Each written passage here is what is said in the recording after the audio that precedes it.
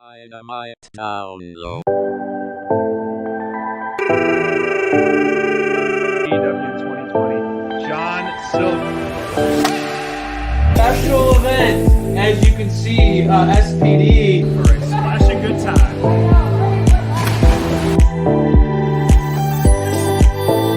January recruitment month for them. I come along, you know. I come along in the ring. I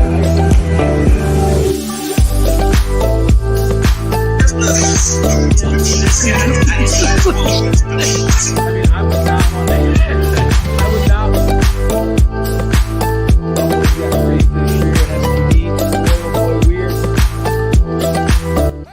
to. Welcome to Dynamite Download.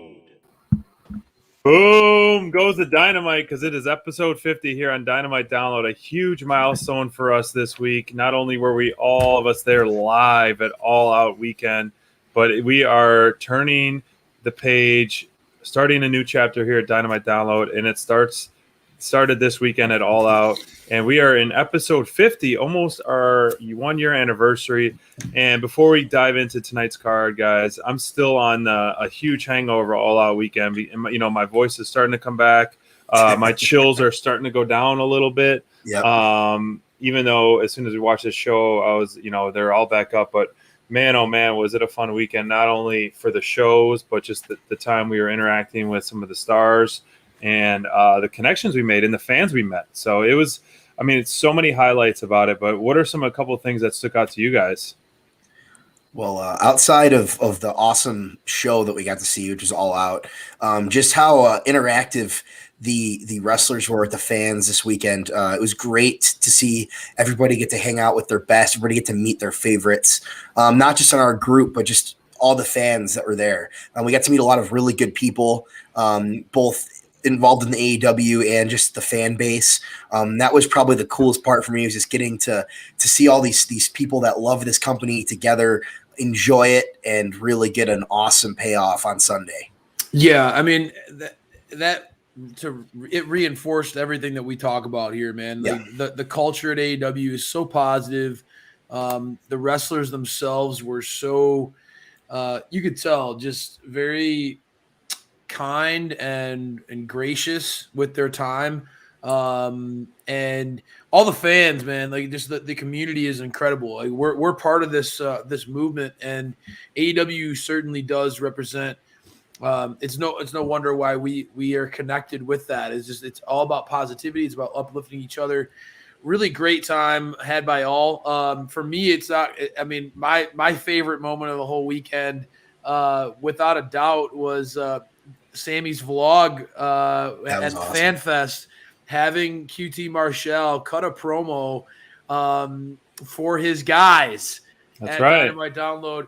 Our interactions with QT this weekend were absolutely memorable. They were incredible. That shout out, just as you know, I am a huge QT Marshall advocate. As you showed at the pay-per-view with your bowling shirt on. I had the bowling shirt loud and proud. And the sign made the pay-per-view. You catch it, you blink, you miss it, but his sign did make the pay-per-view at QT Marshall's entrance. Well, a lot like the match. QT took a couple rough chops, and that match was over quickly. But as QT pointed out, co-main eventer, still getting that. That's true. Still getting paid, baby. And man, you can't prepare for Paul White. That was an unfair match for QT.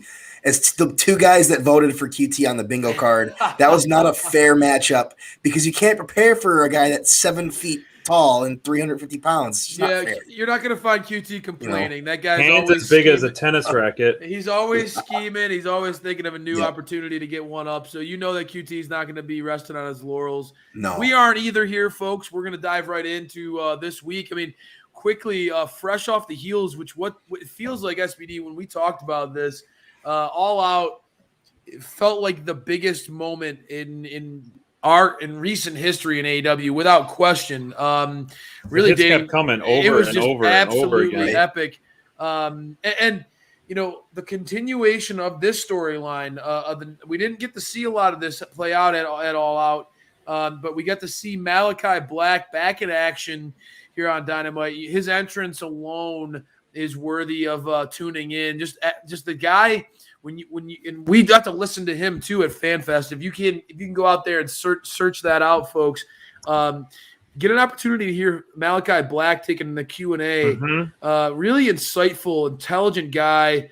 You could tell he studies the craft and he's very purposeful with everything he does. And it was evident in this matchup against Dustin that they pointed it out. The commentator team talked about it from the get-go. Malakai was playing into the mind games, trying to get into the head of the natural.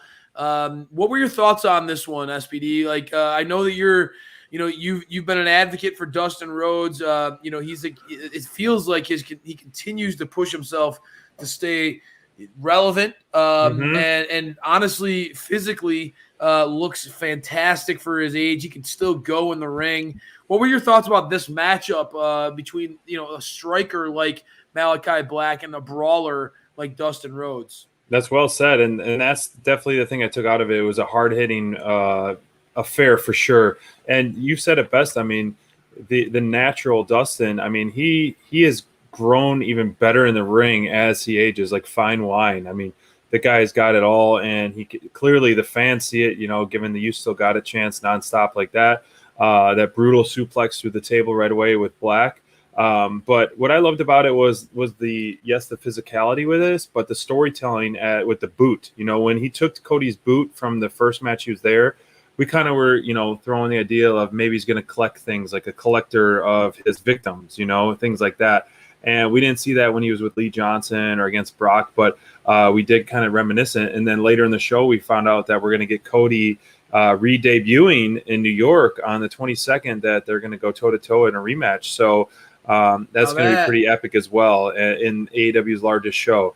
So I enjoyed it for sure. I mean, the fact that Dustin can throw that amazing Canadian destroyer, it's absolutely brutal, man.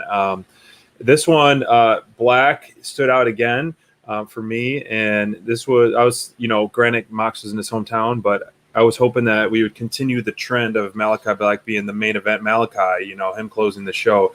Because he didn't get that spot on the card at All Out, but I mean, he closed out Rampage, we saw him still getting these big moments. So it was a great opener for sure. And like you said, the entrance is a great way to start the show. It's creepy, it gets the fans going, and he is definitely over with the fans. The guy knows his theatrics. Bonds, what about you? I mean, obviously, like SPD said, not getting that spot at All Out, some fans were left wanting more from Malakai. I think that, with all the big debuts that happened at All Out, it's easy to forget that Andrade and Malakai themselves debuted very recently, and both guys are a big deal in and of themselves.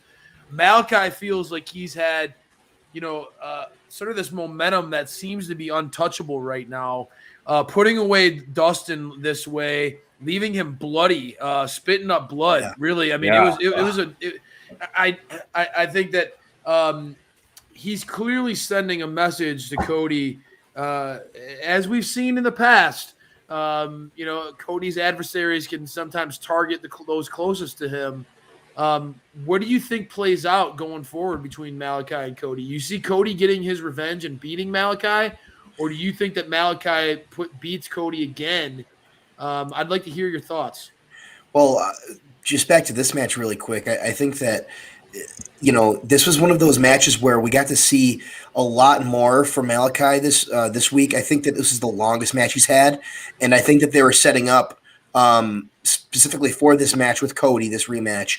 We're going to see a longer match. We're not going to see something quick like last time. We're going to see Cody give him a little more of a fight, and I think that's what should be the case, especially after Dustin gave him such a good fight tonight. This was mostly offense from Malakai Black, but unlike the last two matches he's had, he had to do a lot more to put him away, which was fun. It made it more interesting, especially for the opening match. It wasn't the main event. There wasn't a time crunch. And we got to see something, really cool for Dustin to get in a match like this as well. We always love seeing Dustin on TV. So whenever we get to see him in a big match against somebody like Malakai Black, I mean, that's just fun for everybody. And plus the setup here, with the boot, like Downey said, we have some really cool storylines going here with Malakai Black, with all these other guys, these new guys coming in as well. So, man, we're getting spoiled with these like the storytelling, all this new stuff. It's like a season of a TV show, guys, and it's hopefully this match with Cody coming up is going to kind of propel his story, Malakai Black's story, when it comes to maybe the House of Black or all this other stuff that he alluded to over the weekend in the Q&A that he was part of. Yeah, and that's something I asked him directly to talk about the House of Black. That was a question that, the Dynamite Download team got a chance to talk to Malakai in that Q&A, and that was my question. I think that the hints of the House of Black versus Nightmare Family, that would be an interesting – I know that Malakai has laid waste to them, but it'd be interesting to see, Cody and his team kind of try to regroup. Cody's certainly on. He's going to be on notice. Malakai is not here to play around. I mean, one of the things that I took away from Malakai during FanFest weekend, talking, hearing him speak about the way he approaches this business, it's evident. He's not in there to put on the, do Canadian destroyers and do all these crazy flips and stuff. Malakai's there to put people away. He wants to put them down, and he wants to win gold. I think that's one thing that, for people who followed Malakai's career in WWE, it's evident this guy, there's that untapped potential. Can Malakai be a top guy in a big company? We saw what he could do in NXT.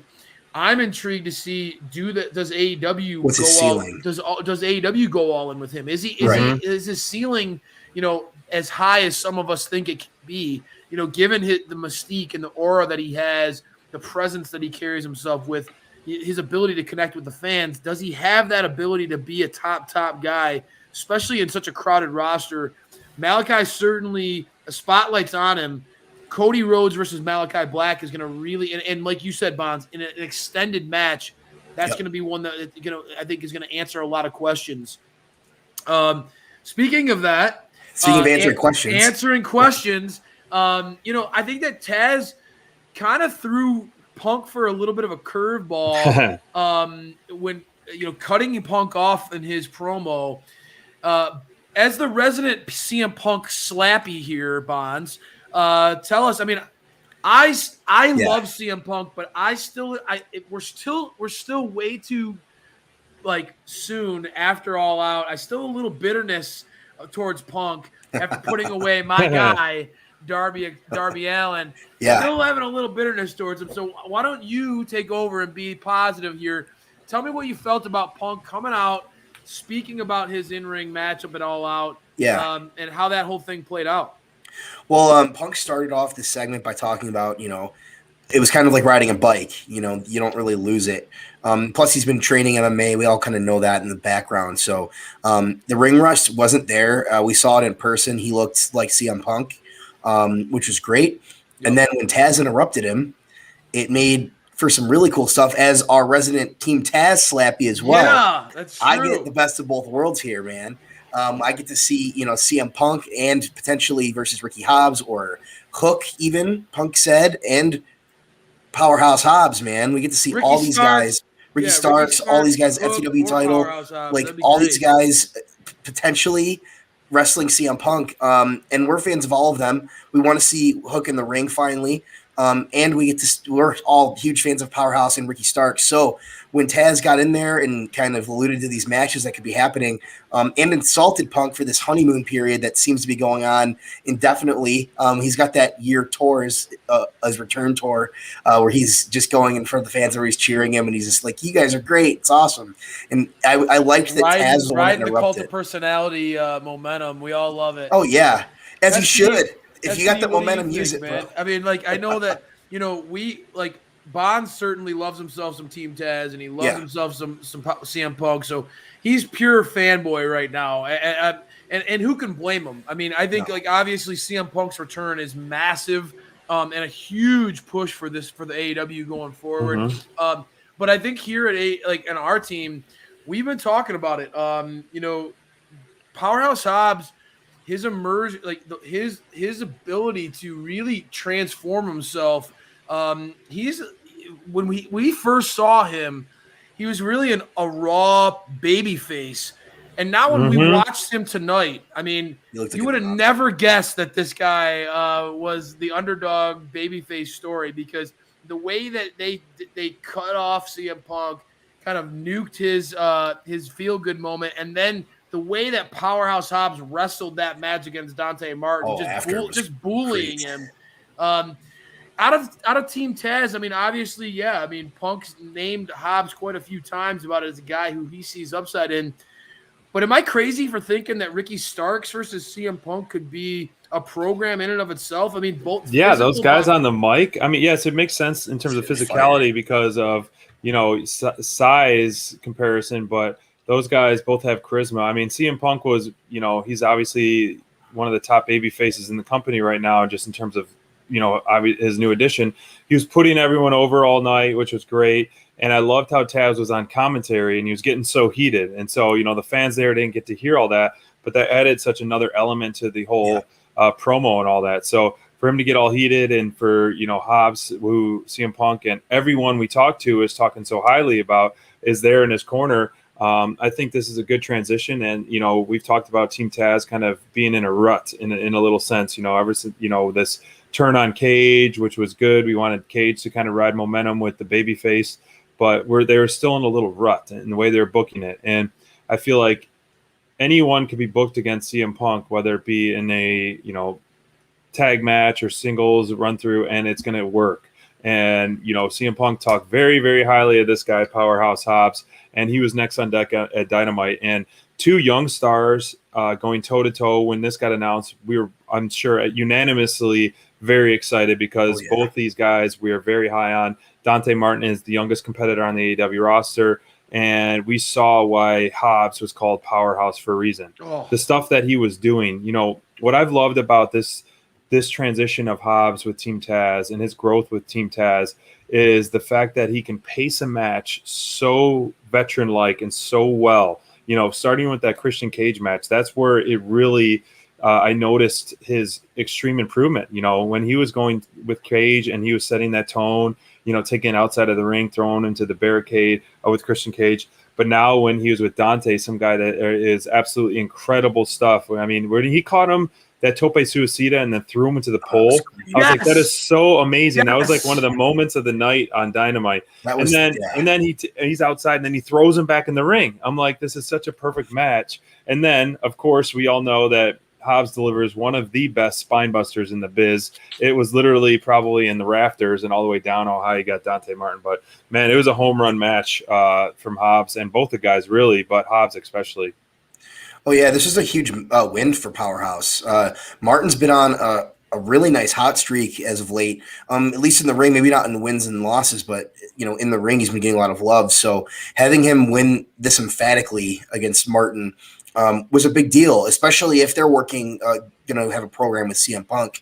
You have to get these big wins on television, you know, get exposed to that, because he's done great on Dark, obviously. Team Taz has a lot of great stuff on Dark, but getting him on television for all these new fans that are joining the AEW fandom because of the new additions. This was a show-off match to see what he can do against somebody who's also a freakish athlete in Dante Martin, who had some great moments as well.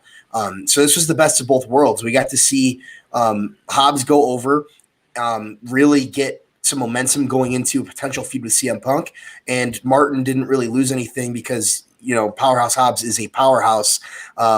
So, you know, that kind of match, you get that exposure, and you also get to improve from something like that as a 20-year-old kid. So that's a lot of great stuff. Yeah, Dante's quickly, like, you know, I mean, we saw having the opportunity against Kenny Omega. And you're starting to see, you know, very early on, we saw that Top Flight had something. I mean, all three of us here, all agree. I mean, they're so young, but, man, those guys have that it factor. Yes, they have the athleticism. They're very fluid. They SPD, I know you were incredibly impressed that they felt like they were experienced beyond their years, right? That they're so young, but they felt like they just kind of got it. You that's what I want to emphasize with them. And Dante, again, talking about AEW consistently with their tag teams, not just writing off the tag teams from television when one of them gets hurt or is out for a bit, allowing these guys to develop on their own. And thank God for that, because if they didn't do that, if they adopted the strategy of, okay, well, they're hurt, let's get them all trained, take a break, we'll put somebody else on, they would not have tapped into this absolute gem of a talent that Dante Martin is. Kid is absolutely, every time we get a chance to see him in the ring, he consistently delivers. That said, the matchup of styles here, for me, you get to see Powerhouse Hobbs. Just like this is exactly what I love to see out of a big man, right? Confidence, power, consistently in control, like you said, SPD. At no point in this match did you feel like things were going off the rails. Obviously, Dante got those flurries of offense in, but Hobbs was really cemented here as a guy who, okay, this big boy's got something going on, and for coming into this match, ranked as the number 2 contender, as Bonds talked about so many of his victories and a lot of the great stuff that Team Taz has done, being off of Dynamite, kind of being on Dark, and seeing Hobbs come out here and take on a kid who has really got the internet buzzing, and throwing a big bucket of water on that Inferno just through pure power. I mean, I loved his aggression in this match. When I saw him just smashing Dante's face onto the turnbuckle, or onto the post, the steel post, just yelling at him, and then yelling at the crowd. Where are those CM Punk chants now? I love that personality from Hobbs, because we all love that sneer, that mean snarl. Mug, that snarl that only Hobbs can do.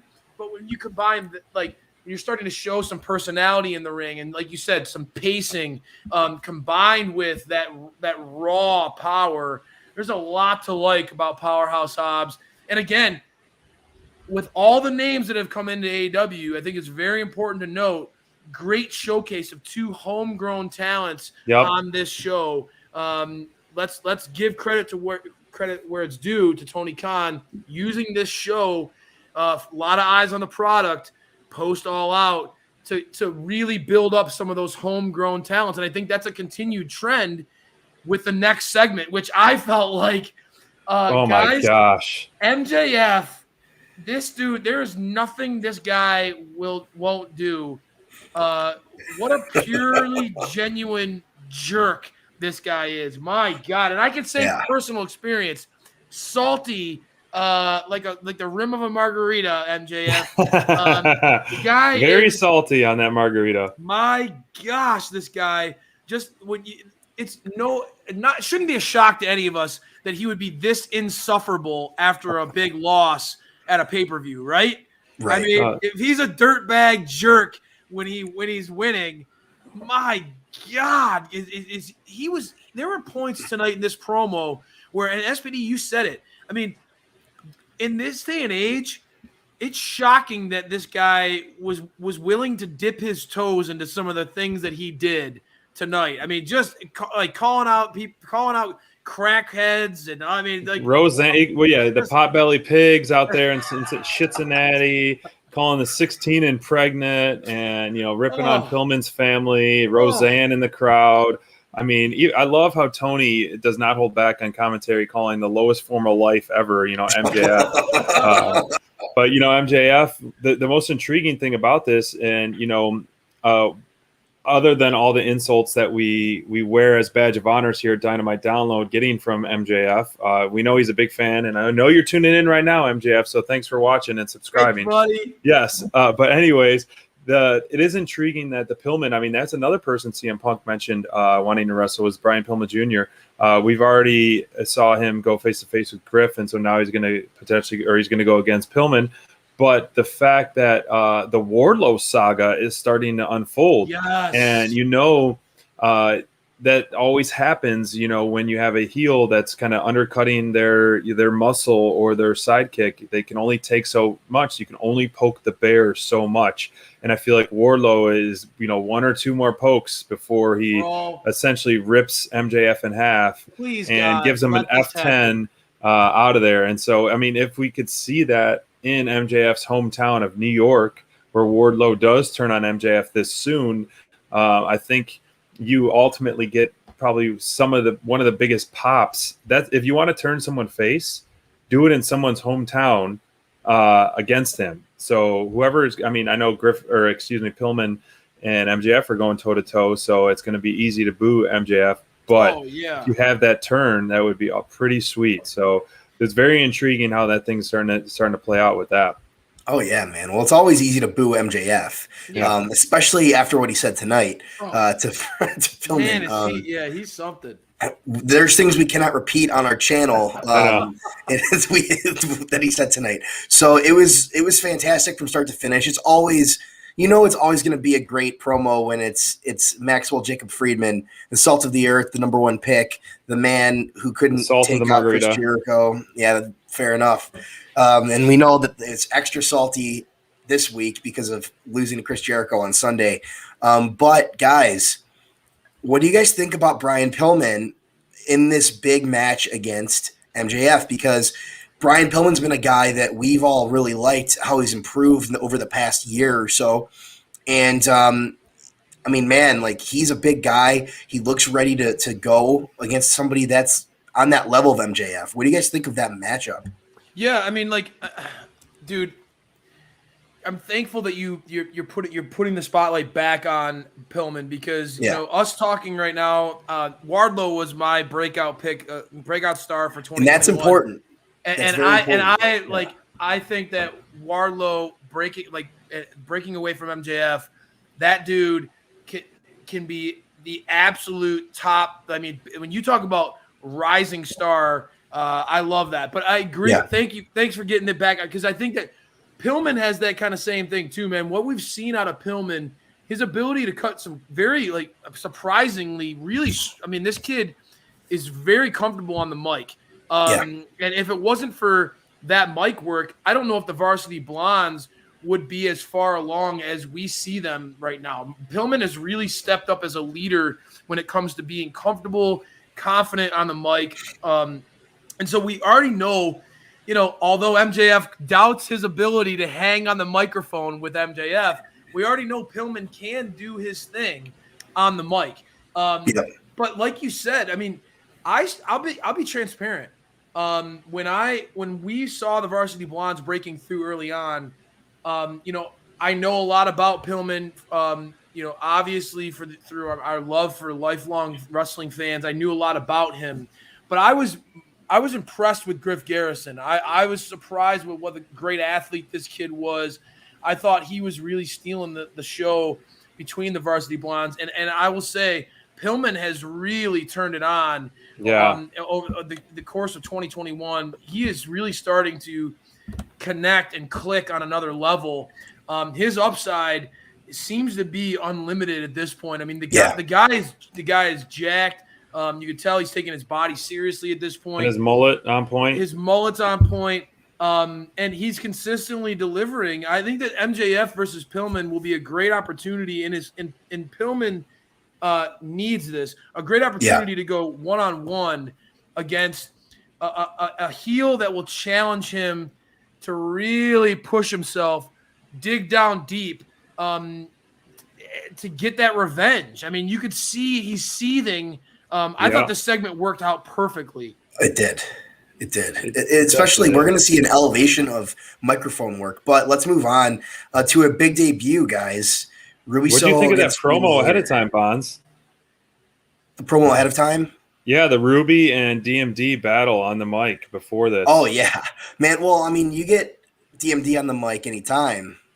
It's always going to be top I'm glad that you asked Bonds because if you threw it to Crayfish, this whole segment would just be me talking about how Britt Baker continues to just rip people's hearts out on the microphone. Both of them threw bombs left and right, and I loved how Ruby tied in the history. How she brought her into business, and so immediately I was sold. Immediately I was intrigued by this feud after that literally 1 to 2 minute promo. And, you know, it was just, I was like, oh my gosh, I can't believe, you know, this is perfect booking. These people, you know, I love how Ruby was like, you tell all these things about you to remind them who you are, or you're truly who you are. And whatever she said, and then Britt throwing those thunderous punches right back at her, man, it was nothing was left out. The 4 years in the catering line. Yeah. The catering room I thought they both hit though. line. I mean, like I thought Ruby talking about how, like, you know, Britt and again, as a diehard DMD fanboy here. Diehard what? As a diehard DMD fan here, I got to give Ruby her credit here. I mean, I thought that she attacked Britt in a unique way, you know, and in some ways maybe is hinting at some insecurity of the DMD, trying to like always constantly remind people of how great she is all the time. Sometimes when people act that way, there is some sort of insecurity. I don't think that that's the case with the DMD, but I thought that it was actually a very creative way that Ruby went about it. You know, basically saying, you know, you constantly are reminding people of what you are, so that people don't look at what you aren't. I thought that was a really sharp comment by Ruby. But again, if you're going toe to toe, just like I talk about, I've said it from day one. Britt Baker is every bit the heel that MJF is. If you're going to go toe to toe with Britt Baker on the mic, you better be ready for some bombs. And Britt Baker threw a haymaker tonight, folks. She with that catering line. Why don't you run away to catering like your last 4 years of your career? Ouch. That one stung a little bit. Not gonna lie, the DMD knows how to do those jabs that always seem to land, folks. What I will say though is that as a fan of this group that DMD is starting to sit, you know, their ability to emote during these interview segments and all these things, Rebel doesn't get enough credit for that. But Jamie Hayter, I felt like when she came in as the DMD's muscle, it felt like it was going to be a big deal. And now after tonight, she's dropped to 2-3. She has a losing record. Do I have blinders on? Because what I see in Jamie Hayter, do I have the DMD colored glasses? I see Jamie Hayter as a potential real powerhouse in the women's division that has a lot of potential. I agree. I completely agree. It felt like she got fed to Ruby in this match, and I get it.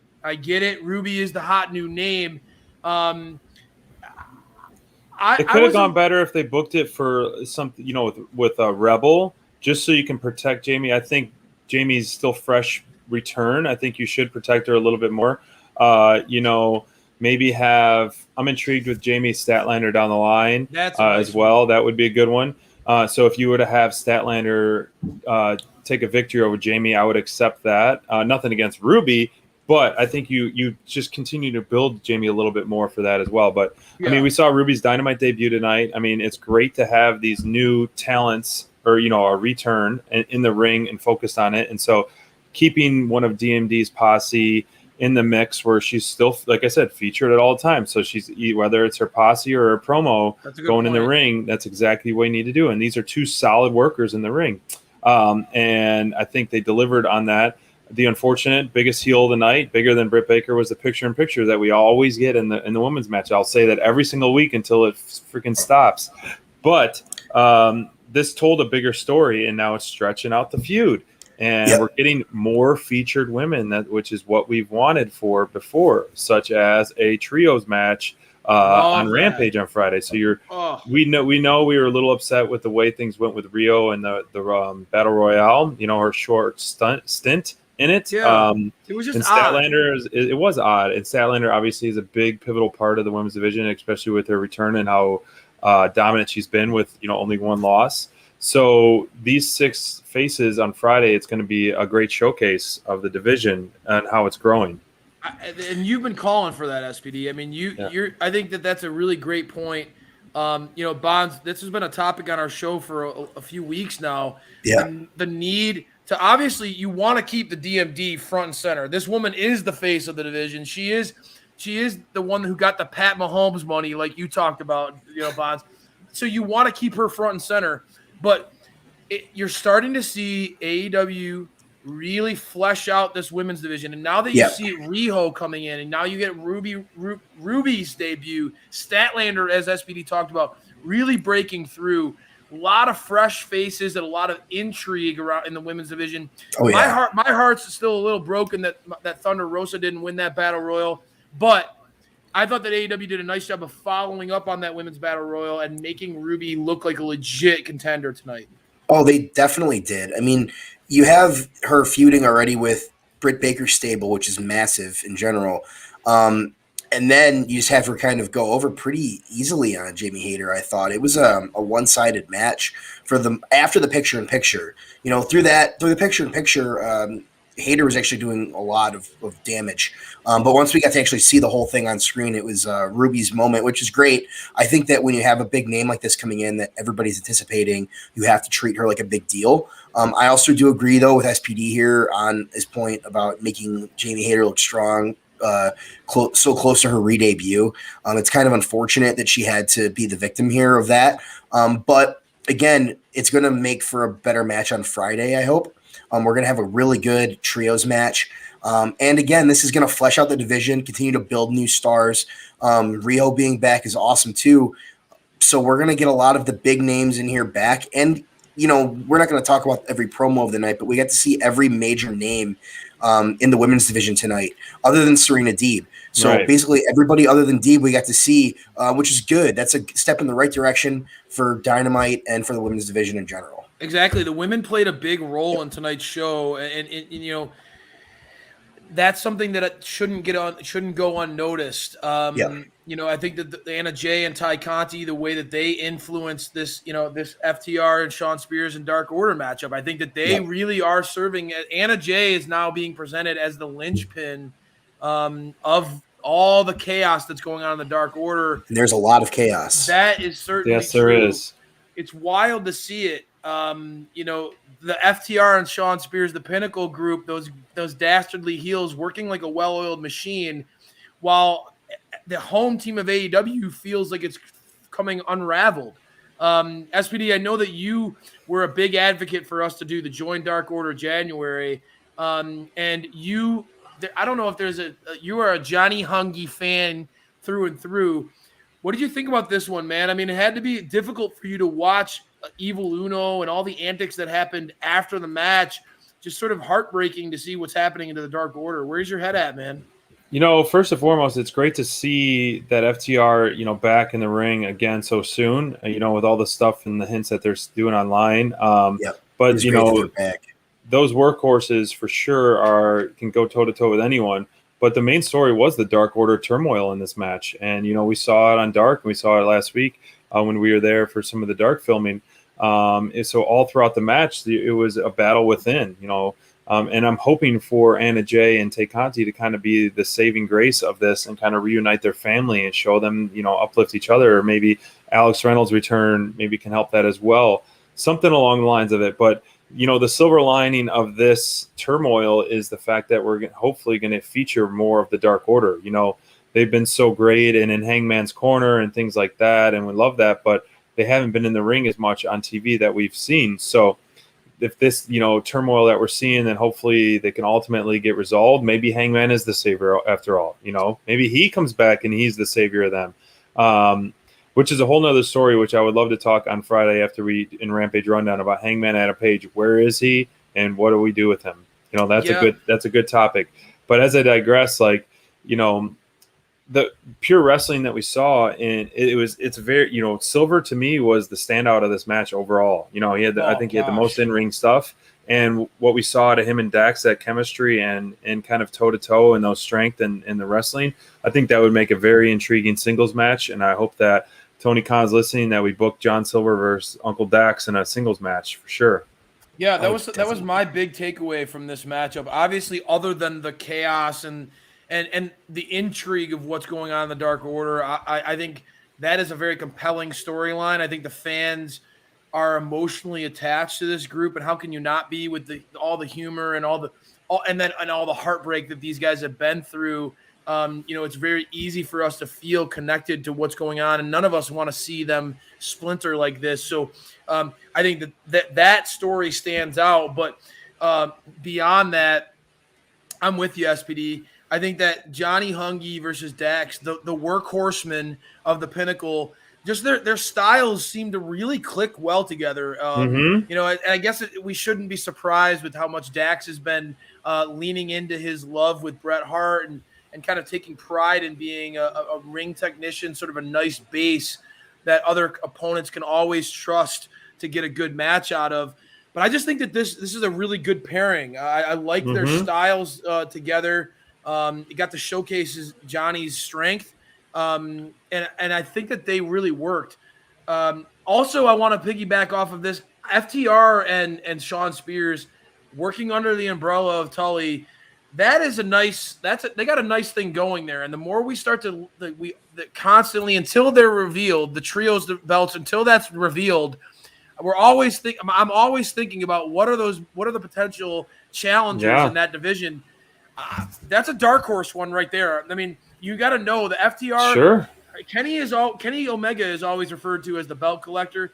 FTR, in their own way, gotta give credit to the greatest tag team of all time. They have made quite a laundry list of championships that they put their names on. Adding the trios belts would be interesting at some point. Maybe it's just because I'm an FTR fanboy, but I think that would be fantastic. You're not wrong. FTR and Spears is a great pairing, and they deserve some gold here soon. We need that gold love. That's why we need more belts. More belts doesn't hurt anybody. We get more championship matches out of it. You can make All Out an hour longer next year if you have those extra belts. Oh, gosh. You just keep doing it. Well, we never took one bathroom break the whole time because we were so intrigued by the All Out stuff. I mean, there was no time between anything. I didn't either. Oh my gosh! On Tuesday at work, my goodness, people were like, "Are you okay?" I could not understand. Hi, how are you? Yeah, let's talk business, folks. And when we talk about business, and you talk about people who have a lot to say, my gosh, Kenny Omega, the Young Bucks, Adam Cole, the Elite, as Adam Cole said, the greatest faction in all of wrestling history. Yep. Hey, man, he said it. And it's hard to argue with the talent that's in this group. SPD, when we look at this segment, I know that Adam Cole is kind of a new face for you. I mean, you know, the background that Bonds and I have with Adam Cole, baby, goes a little deeper. What do you think when you see a guy like this getting inserted into really the best faction in AEW? I mean, he is definitely over for sure. And the little that I know about him, you know, obviously I love his in-ring stuff that he's doing. And I will be seeing him in his Dynamite debut because I will be in New Jersey next week at Dynamite representing Dynamite Download solo, but I will be there for sure. So I'm anxious for that. But, you know, to have him kind of have the spotlight, I think was really great because I think, you know, being the bully and calling Tony a nerd nonstop, you have to focus. I mean, we saw the debut and it kind of got overshadowed a little bit by Bryan Danielson. So this way we can see who Adam Cole is. We can show the fans who he is or show the new fans who he is. And so he was booked great in this segment, being the main focus of it all. And then, of course, we saw the next big pop, Bryan Danielson for sure.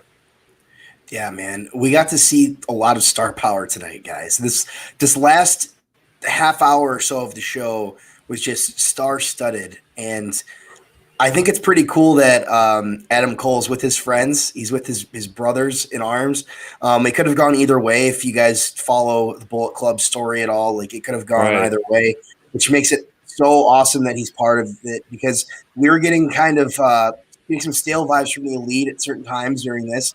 And when you insert a jolt of energy like Adam Cole, who's a great, respected in-ring talent and also can cut great promos like we saw tonight, you're making that already elite stable even more elite.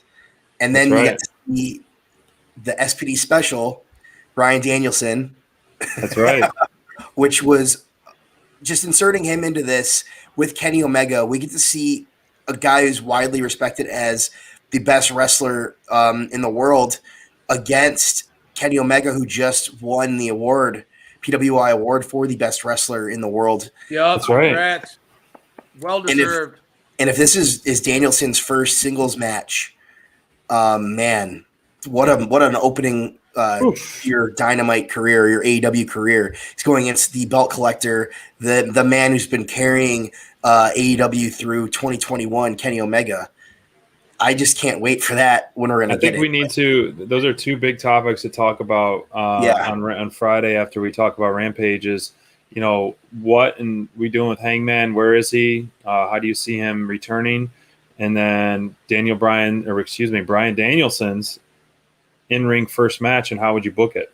Well, yeah, I mean, let's jump really quick for me. You know, at All Out, I sat there and I looked at SPD at one point during the main event between Kenny Omega and Christian Cage, and I was just like, dude, I know that this is kind of like a duh kind of statement. So, but I was like, man, Kenny Omega is like quickly becoming one of my favorite wrestlers. And I think that needs to be said. I mean, debuting Bryan Danielson against Kenny Omega, to me, I know that I know like, again, that you're shooting your shot, right? Like you're going all in. It doesn't get like a bigger matchup than Kenny Omega versus Bryan Danielson. It doesn't get bigger than Kenny Omega in the world of wrestling at this point, right? It doesn't. He's cemented as the top guy, and AEW, he is certainly the top guy. And I get it. Like that's maybe a match that you would love to stretch out, but I think you strike while the iron's hot right now. Kenny is on fire. He's like, and although he's listed as the top guy wrestler in the world, we've talked about it. It does feel like there are chinks in the armor of the elite. We saw the Bucks lose their belts at All Out. This is a great time to go all in and have Bryan Danielson challenge Kenny Omega. I love the pairing. I think that their in-ring work would be absolutely insane. Bonds, I know that you've told me when I said that, you were like, dude, Kenny Omega's V-trigger is a thing of beauty. It's a beautiful blend of just pure, like, it looks like it's gonna bust someone's jaw every time he hits it. He hits it with a violence and a speed, but also a grace that is not very common in wrestling. You compare that with a guy like Daniel Bryan, who is just full go. Every time he's in the ring, he's had to be held back by doctors because of his in-ring style. These two are going to just gel together. I love it. If these guys don't have a match of the year candidate in their match, I'm going to be shocked. That's how good both of these guys are just in general. If this is not a match of the year candidate, I will be shocked. God. From all of us. This is going to be top notch, just fantastic. And thank you again, Tony Khan, for delivering on the internet promises or the internet rumors that we keep getting. I mean, above and beyond anything we could have hoped for. I mean, All Out was epic. All Out, from top to bottom, was an absolutely incredible experience. And we get to, and really the main event tonight was a continuation of what we saw for Jon Moxley at All Out. A guy who, that was a huge pop. I mean, this guy is, we've talked about it. And I want to reestablish this. I think Jon Moxley is surveying the landscape of AEW, and I think he's seeing he's basically no more Mr. Nice Guy. Moxley is you could tell this dude has got that fire burn. It's an inferno inside of him. I mean, you could go back to that promo where he basically just absolutely went after everyone on the roster. He's at a point where he's desperate. Anybody who wants a piece, they can have a taste. You want a taste? You want a taste? Does anyone want a taste? It was brutal. I mean, we saw, like you said, continuation, just throwing haymaker after haymaker after haymaker, slap after slap after slap, kick to the face, just trading, going toe to toe, biting each other. We saw blood. We saw physicality. The only thing I'm going to say about this match is that I think, for being such a forbidden door spotlight main event, I think we got robbed of the marathon match that these two can have. It was a much shorter match than expected. I think the pacing of the show got a little out of their hands a little bit, and this was the essentially the fall of it, and so they had to. We saw more entrance and more celebration than more match, unfortunately, and for this kind of stakes to be that high and this kind of importance of eyes on the product, this guy's, Suzuki's debut here in AEW, I think he got robbed a little short of that. And so, but that being said, this is someone that happen a lot. I mean, that is and we are uplifting positive coverage here. Right. But being honest, even in a positive way, we can be honest in a positive way. There are episodes of Dynamite where there's so much is going on that the main event does get squeezed. We've seen this happen more than once, SPD. So I think that's a fair point. Did the Malakai Black versus Dustin Rhodes match need to go on as long as it did? There are examples. Did we need to see all the content that we saw tonight? I don't know. I get your point. But when I look at this match and I see it, man, this was just about. And it would have been great to have a longer showcase for a debuting talent. But to me, I just felt like this was one of those matches where it was like, okay, Moxley's in his hometown. This is not supposed to be a back and forth war. This is supposed to be Moxley coming out, getting a huge pop for Wild Thing, kicking some ass, celebrating with his hometown crowd, and heading home. I mean, this kind of gave me some of those Stone Cold Steve Austin in his heyday vibes, and Moxley's hitting on that level right now. Yeah, just an ass kicker, no nonsense, balls to the wall mentality. Bonds, what did you think about this? Were you with me or are you with SPD? I'm a little bit in the middle here. I did struggle with the fact that 4 minutes of the match that was 7 minutes long was in a picture-in-picture. I would have liked to have seen more of the match if that was going to be the case. Maybe have the commercial before their entrances and just kind of have them go. Right. That being said, I do understand that this was a big pop moment for Moxley. He got to go over in his hometown in a big way. Felt like maybe this shouldn't have maybe been the main event. This could have maybe been earlier in the show. Could have opened the show. You could have opened the show. SPD was calling for main event Malakai. You could have flip-flopped him. I get it. You're right. Right.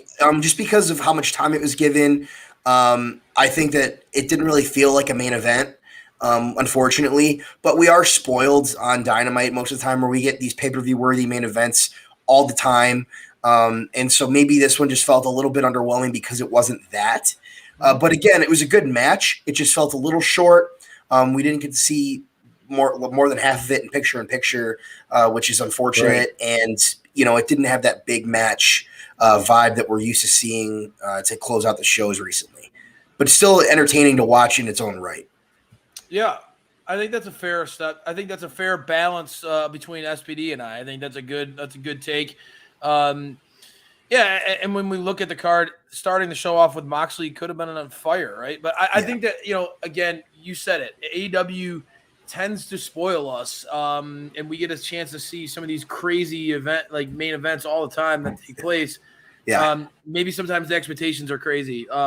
That said, so who's your top performer? I want to ask who is your top performer, Bonds? Because clearly, your eyes. You're always taking notes, getting prepped for your column later on tonight. Your level of analysis is intriguing to me. Who stood out to you on a show like this post 8 All Out? So I loved the opening match with Malakai and Dustin. I thought Malakai Black's my performer of the night. I just love his offense. I think that he's unique. Not only is he an interesting character, but he's a unique wrestler in terms of what he does. He brings his MMA background into the match, and I thought it made for a good pairing with Dustin. It wasn't my match of the night, but I think that as a solo performance, I'm going to give it to Malakai this week. Okay. What about you? I get it. Me or SPD? What about you, Mike? And then SPD can go, and we'll close out on that. For me, it's Hobbs. I felt like number 2 contender. Big spotlight on him. I feel like out of all the matches tonight, to me, this was the one that was the most intriguing and exciting. It showcased 2 homegrown talents. Yeah.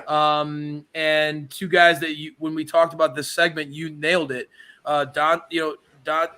Dante has that momentum, that natural buzz going for him on the internet right now. And I feel like Hobbs just absolutely delivered. He checks all the boxes for me when I look at like what I see in a potential huge superstar. And when you combine not only dominating in a match and delivering in a match the way he did, with the fact that now it looks to be starting to move into a potential feud with CM Punk. This is a big night for Powerhouse Hobbs. That promo before definitely enhanced that match. The segment beforehand gave that match a bigger field for sure, and I understand that's a good pick as well. Thanks. No, SPD, what was your performer of the night? So I'm on Team Crayfish for this one for Performer of the Night. I mean, Hobbs, you said it best. I mean, I don't need to echo it, and we talked about it earlier, but I keep saying over and again, the pacing and the power, the PPs, man. Pacing and the power that he delivers. He is growing comfortable. Clearly, he's growing in the ring and with his character. I think he's got a great mentor in Taz in his corner. So that is definitely Crayfish and SPD's top performer. And, we're going to wrap things up for the night, but I'm going to share one of our photos from the weekend right here. And if you look closely, you might see this sign in the stands. Bonds was holding it up loud and proud. MJF does wet the bed, and a lot of people were agreeing when we were holding this up too, man. We're trying to get in some nuclear heat for sure. But for those of you who joined, thank you guys so much. We're going to talk more about our All Out weekend. We got a lot of fun stories to share as well on Rampage Rundown. We're going to, break down that card. Which is an awesome card, that women's trios match. We get to see Max Caster, which we met too, versus Pillman Jr. And then, of course, Crayfish special, the Pac versus Andre El Idolo. And then we got some new stuff coming. So Bonds, tell them what to expect in your column for going forward. So we're going to have a new format in the column this week, and probably starting from this week on. I'm going to be on the Dynamite Download podcast every week from now on. So I'm going to scale back the column a little bit. We're still going to get every match covered, and we're going to talk about my promo of the night and my match of the night. So we're going to get a little bit condensed, but we're still going to get that booking by Bonds analysis. Don't worry, I know you guys love that column. So we're still going to get that analysis, but we're going to get a little bit more in depth on certain things and not have to write about as much stuff, because that Dynamite loves having 472 segments per show, and it gets a little lot to write about. Yeah, we missed. I mean, it's so hard to touch on everything because they do such a nice job. I mean, Ethan Page and Scorpio Sky tonight. We didn't even get a chance to talk about that, right? There's so much stuff that happens on this show. So I think that's a great way to go forward. I think it's going to make a lot of sense. And for those of you who are with us right now who want to hear more about All Out, want to hear about what happened, want to hear the bingo card results. That's a big one. All those things, you're going to want to join us on Friday. We're going to get in depth. We're a little looser format, as you guys all know. We're going to react to the Rampage rundown. And then the second half of that show, we're going to get into All Out. Going to get into all of our questions that I arise, our the Hangman memories of it. We're going to talk about it all. It's going to be a lot of fun. Make sure you join us on Friday. Maybe grab a couple pops and celebrate heading into the weekend. Yeah, don't hand CM Punk a beer. Which we got a funny story about that. So tune into that. We met that guy about that. But Rampage rundown immediately following Rampage. It's going to be a great night ahead of us on Friday. So enjoy the rest of your week, everyone. Be safe, and thanks for tuning in.